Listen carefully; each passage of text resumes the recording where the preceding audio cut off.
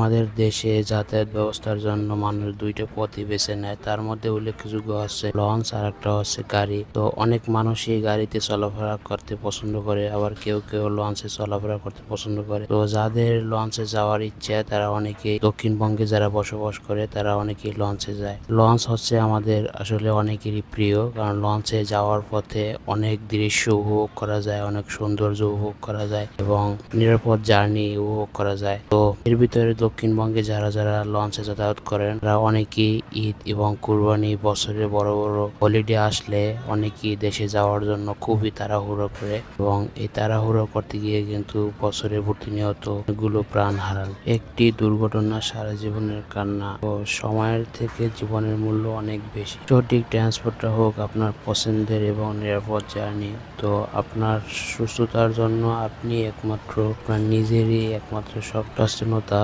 তো আপনি সবসময় সচেতনভাবে চলাফেরা করুন। তো এটাই হচ্ছে আপনার পরিবারের একমাত্র প্রধান চাওয়া। তো অনেকেই কম সময়ের ভিতরে বাড়িতে পৌঁছানোর জন্য গাড়ি বেছে নেয়। আবার বিভিন্ন রুটে গাড়ির কোনো যাতায়াত ব্যবস্থা না থাকায় লঞ্চেই যাওয়া দরকার হয়। এ কারণে প্রতিনিয়ত আমাদের গাড়িতে লঞ্চের থেকে গাড়িতে প্রতিনিয়ত অ্যাক্সিডেন্টটা বেশি হয়। তো গাড়িতে সীমিত জায়গা থাকার কারণে অনেক মানুষ স্বাচ্ছন্দ্য বোধ করে না অ্যাক্সিডেন্টের ভয়ে। তো এই কারণে লঞ্চেই মানুষ যাতায়াত করে। তো আপনাদেরকে দেখাচ্ছি সদরঘাট থেকে ছেড়ে যাওয়া লঞ্চগুলো। এই রুটে দক্ষিণবঙ্গের অনেক লঞ্চ চলাফেরা করে। তো অনেক প্রায় এক সময় অনেক লঞ্চ ছিল, তো পদ্মা সেতু হওয়ার কারণে লঞ্চ অনেকটাই কমে গেছে। তার মধ্যে কিছু লঞ্চ এই কুরবানি আসলে অনেকগুলো লঞ্চ নতুন করে আবার যাতায়াত শুরু করে। তো ঈদের আগ মুহূর্তে একই ফ্যামিলির দুইটা মানুষ অ্যাক্সিডেন্ট হয়ে মারা গেছে, এটা তো সবাই দেখেছেন। এবং দেখুন এটা কিন্তু সচেতনতার কারণে আজকে আমাদের বাংলাদেশে এইসব বিষয় নিয়ে সচেতনতা নেই, এই কারণে কিন্তু অ্যাক্সিডেন্ট হয়েছে।